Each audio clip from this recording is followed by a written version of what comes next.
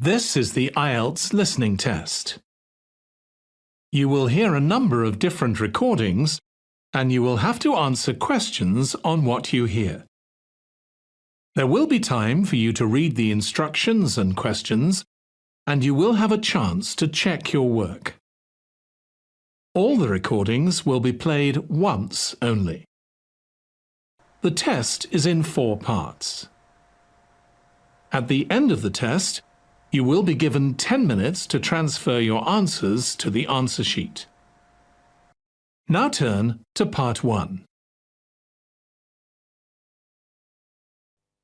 You will hear a woman, Paula, phoning her friend Ralph about an application to the local council for money for their drama club.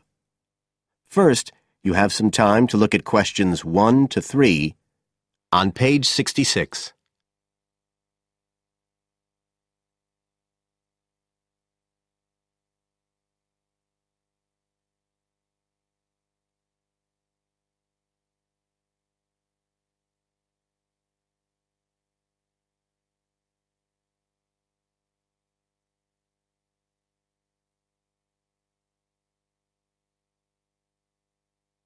You will see that there is an example which has been done for you. On this occasion only, the conversation relating to this will be played first.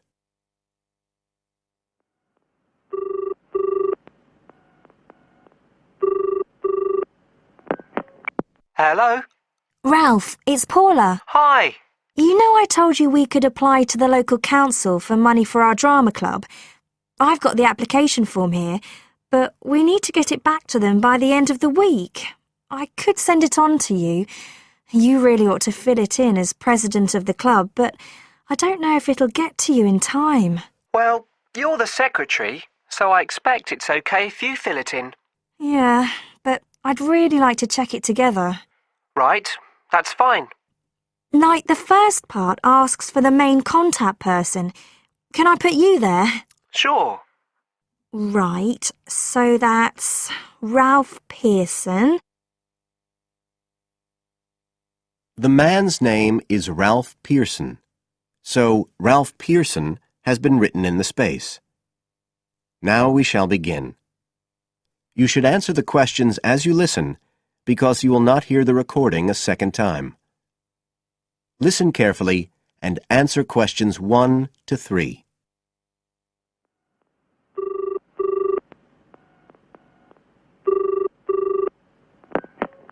Hello? Ralph, it's Paula. Hi. You know I told you we could apply to the local council for money for our drama club? I've got the application form here, but we need to get it back to them by the end of the week. I could send it on to you. You really ought to fill it in as president of the club, but I don't know if it'll get to you in time. Well, you're the secretary, so I expect it's okay if you fill it in. Yeah, but I'd really like to check it together. Right, that's fine. Like, the first part asks for the main contact person. Can I put you there? Sure. Right, so that's Ralph Pearson. Oh, and then I need your contact address. So that's 203 South Road, isn't it? No, 2:30. Oh, sorry, I always get that wrong. Then it's Drayton. Oh, do you think they need a postcode? Better put it, it's DR6 8AB. Okay. Telephone number. That's 01453 586 098, isn't it? Yes. Right. Now, in the next part of the form, I have to give information about our group. So, name of group, that's easy.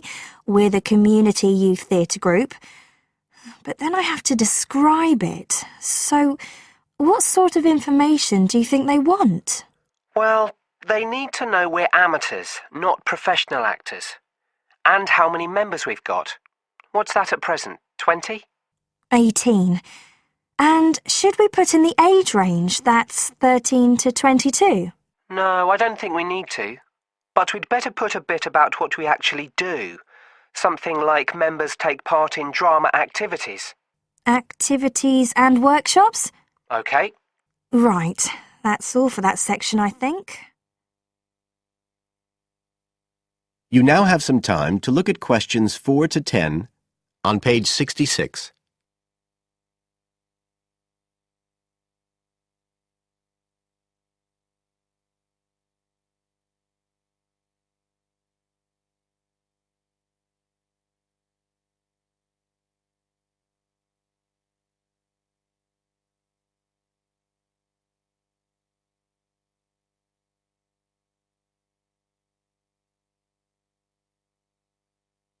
Now listen and answer questions 4 to 10. Now, the next bit is about the project itself, what we're applying for funding for. So, first of all, they need to know how much money we want. The maximum's £500. I think we agreed we'd ask for 250, didn't we? OK.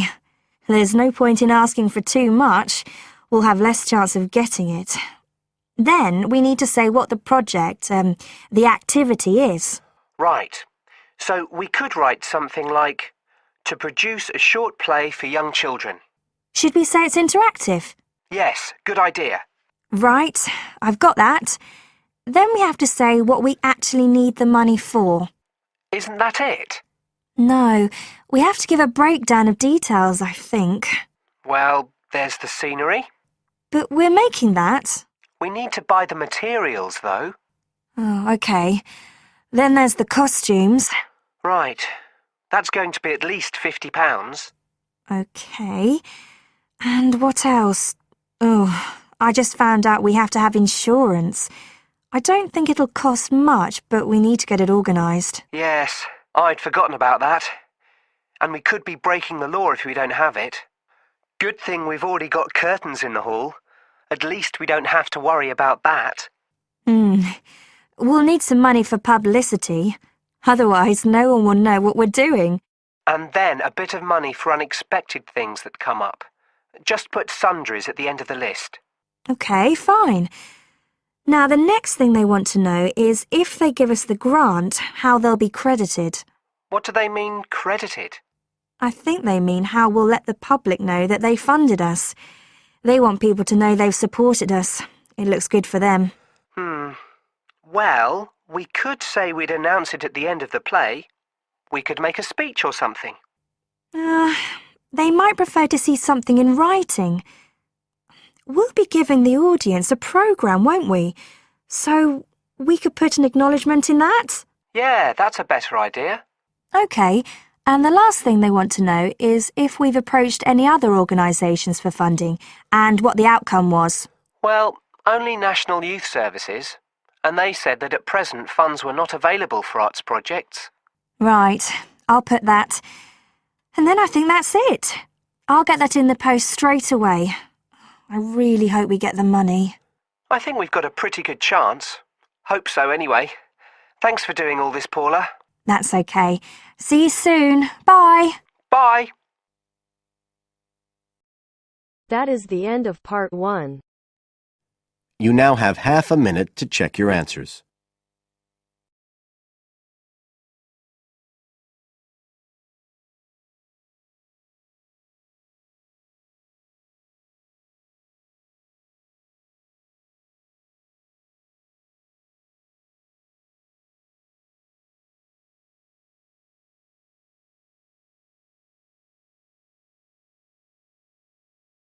Now turns to part 2.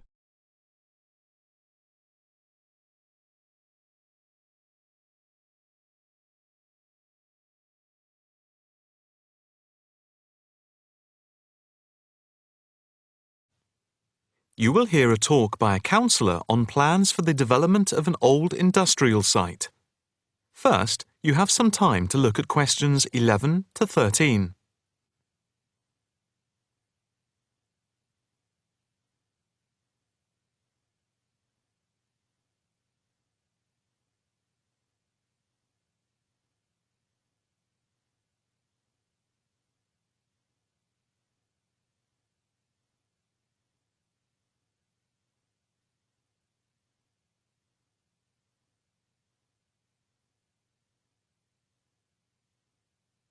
Now listen carefully and answer questions 11 to 13. Good afternoon, ladies and gentlemen. My name is Councillor Norma Boyd, and welcome to this exhibition about the development of the old paper mill factory and gasworks site, which has been lying unused for more than a decade. There has been pressure on the council to use the land to build a training centre and a small business park. However, we have been encouraged by local people to create an open area for the benefit of the community, providing much-needed space for recreation. And I now have pleasure in announcing that the plans for the creation of a park, to be called Park Royal, and for flats, have now been approved. I'm also pleased to announce that we have secured sponsorship from local organisations. More detailed plans of the developments are available from the council website, details of which are in your pack. In the meantime, I'd just like to take you through the plan here on the screen. Before you hear the rest of the talk, you have some time to look at questions 14 to 20.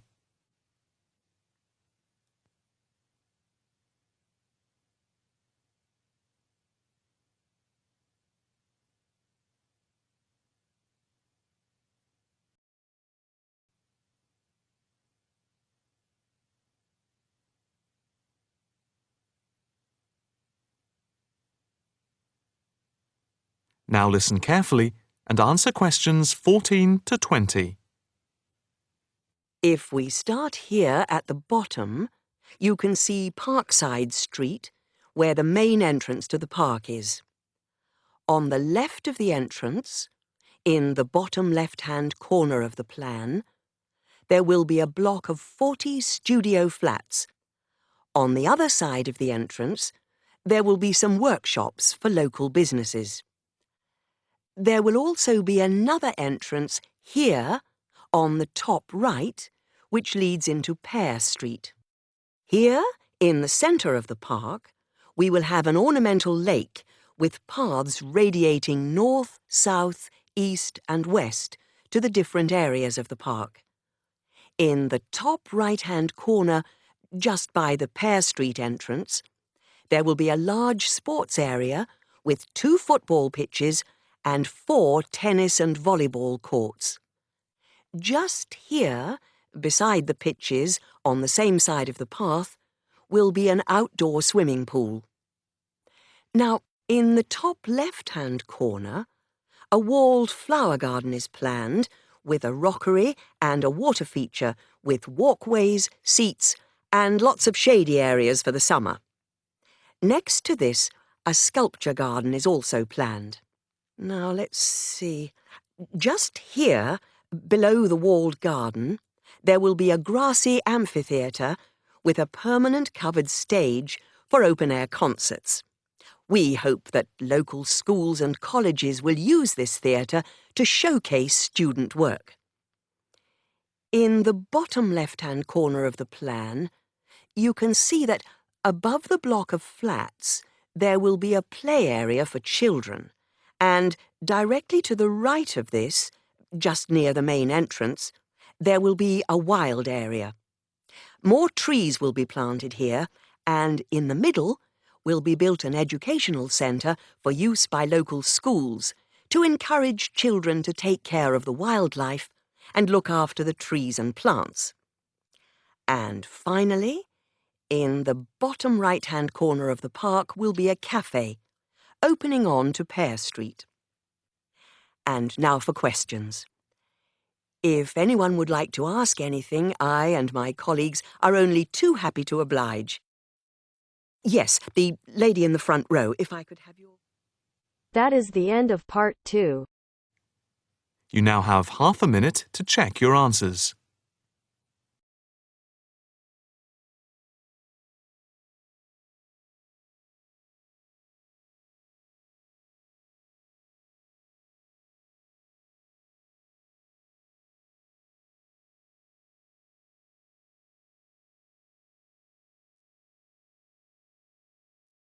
Now turns to part 3.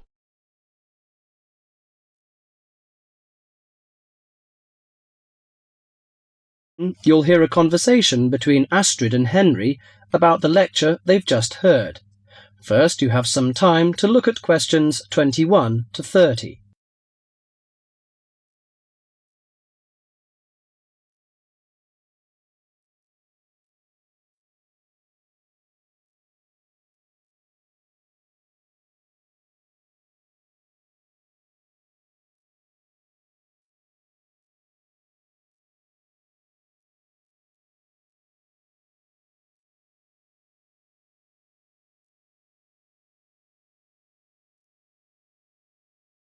Now listen carefully to the conversation and answer questions 21 to 30.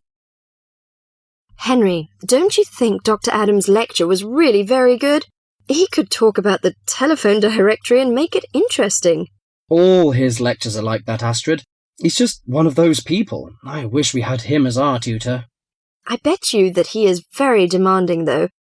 Boris is in his tutorial group and agrees that he is brilliant, but he puts them under a lot of pressure. But don't you think that's good? Perhaps. Anyway, he's interesting and rather funny. Did you take lots of notes in the lecture? Yes, actually I did. In fact, several pages. I didn't think I had taken so many. I was that busy listening to what was being said that I didn't take many notes. Can I photocopy yours? I don't think that's such a good idea. You won't be able to read my handwriting, and sometimes I write them in English and sometimes in Arabic. Oh, let's have a look. Wow, your notes are so neat. Well, there's not much in Arabic. There is on this page. Yes, there is. Dr. Adams would be pleased to see this, especially given what he's talking about. Oh, don't you keep careful notes? Sometimes. It depends on the lecture. I don't think I'll forget Adams's lecture today, but some of the details will fade. I type up everything afterwards, so you can have a copy then, and you can fill in anything I've missed. I'm not so good on the broader concepts. I'm better when it comes to detail. Just what Adams was talking about. Well, I am definitely a detail person. I need to have everything written down before I can get the concepts clear in my head. And I am the complete opposite. I find all the detail clutters up my mind, and I get very frustrated, which was just what he was on about. He mentioned a book he had written. He mentioned several. The one on space and the individual. Yes, called My Space. It's on the book list. So it is. I think I'll get that out of the library, or get my own copy. Did you get what he said about spatial awareness? I didn't really. Yes, it was fascinating. I can't be as eloquent as Adams was, but I know several people who are frighteningly intelligent, but they have difficulty reading simple directions, even when getting to places that they know very well. I find that difficult to understand. Everyone learns the way to walk to the shops and things like that. You mean just the way people learn spelling? You know, people misspell words, make mistakes in countless areas of their lives, and going in the right direction is just the same. Remember what Adams said about the number of people who cannot tell left from right, north from south, and so on? Do you know which way is north? It's that way. You see, I couldn't have told you that. Really? I haven't a clue which way is which. That's why I'm always getting lost when I go out on my bike. And put me in a completely new place and I am totally lost. What about maps? Oh, I'm hopeless at reading them. But then you're brilliant at writing essays and getting all the ideas down in the right order, and I don't know where to start. Again, just what Adams was talking about. What we need to do is combine our skills. You teach me to cope with detail, and I'll teach you how to string concepts together. Okay, we can do that. That is the end of part 3.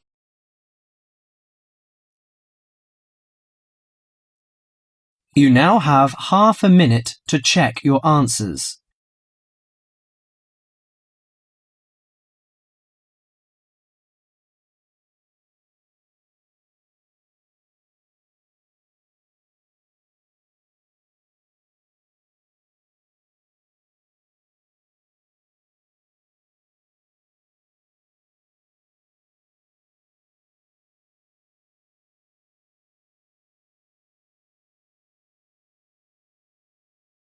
Now turns to part 4.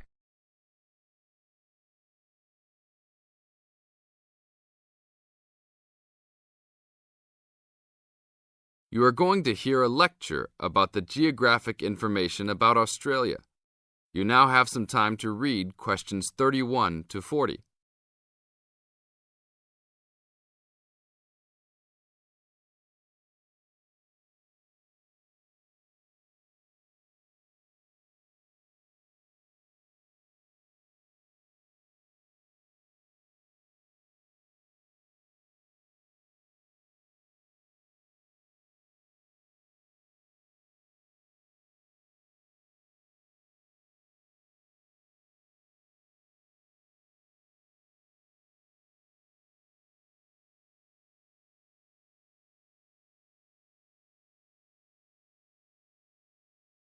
Now listen to the lecture and answer questions 31 to 40 by choosing the best answers from the choices. Good morning, everybody. We'll continue to look at Australia, and today look at one of its greatest natural challenges, water for the agricultural sector. As the only nation to occupy an entire continent, Australia has a unique environment, with much of it very flat and dry. One notable feature of the Australian continent is that it is the lowest of the continents. The average elevation is less than 300 metres, compared with the world's mean of 700 metres, and its highest mountain is only 2,228 metres, so it is overall a very flat country. It is also dry. In fact, Australia is the driest, after Antarctica, of the continents. Yet Australia has extremes of climate and topography. There are rainforests and vast plains in the north, snowfields in the southeast, deserts in the centre, and fertile croplands in the east, south, and southwest. And Australia contains some of the wettest areas on Earth. In western Tasmania and on the northern Queensland coast. But half of the continent has an annual rainfall of less than 300 millimetres each year, and only 20% has more than 600 millimetres each year. A major problem is that the limited water resources do not match up with where water is consumed.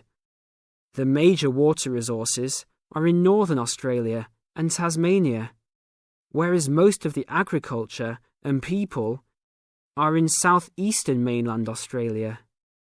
The agricultural sector is the largest consumer of both self-extracted and main-supplied water, using over 70% of total net water consumption. Electricity and gas supply and water, sewerage and drainage services use notable amounts of self-extracted water. However, net consumption in the household sector is the lowest, just 8% of total net water used. Australia's water use increased by 25% over the decade between the mid-1980s and mid-1990s. Much of this increase was due to irrigated agriculture, which, as noted earlier, accounts for over 70% of national water demand. Since the mid-1990s, the growth and profitability of irrigated agriculture has outstripped the dryland agriculture sector. Irrigated commodities contributed almost a third of total farm exports in the mid-1990s. The results of a special government report in 2000 showed that if today's water use arrangements continue, the water needs of the rural industries will outstrip water availability by about 2020. Irrigated agriculture, Australia's major water-using sector, would be seriously affected by the shortfall. And although groundwater underlies large areas of Australia, it accounts for only 4% of water use. So, clearly, apart from water for households, which mainly comes from dams or rivers, it is the rural sector where efforts towards water conservation are particularly directed. In this sector, the largest consumers of water are the meat and wool industries. One of the major problems in considering sustainable agriculture is the large amounts of irrigated water used to produce these products. Some of the crops, such as wheat, maize, and soybeans, also use a lot of water. Furthermore, many crops are grown in dry areas, where up to half the available water evaporates from the soil surface or seeps down too low into the ground for the plant roots to reach it. Well, that's all we have time for this morning. You will be able to do further study on this topic in the library, and I have a handout here with references for those who want to come out to the front to collect it. Next week, we'll look at outback farming and... That is the end of part 4. You now have half a minute to check your answers.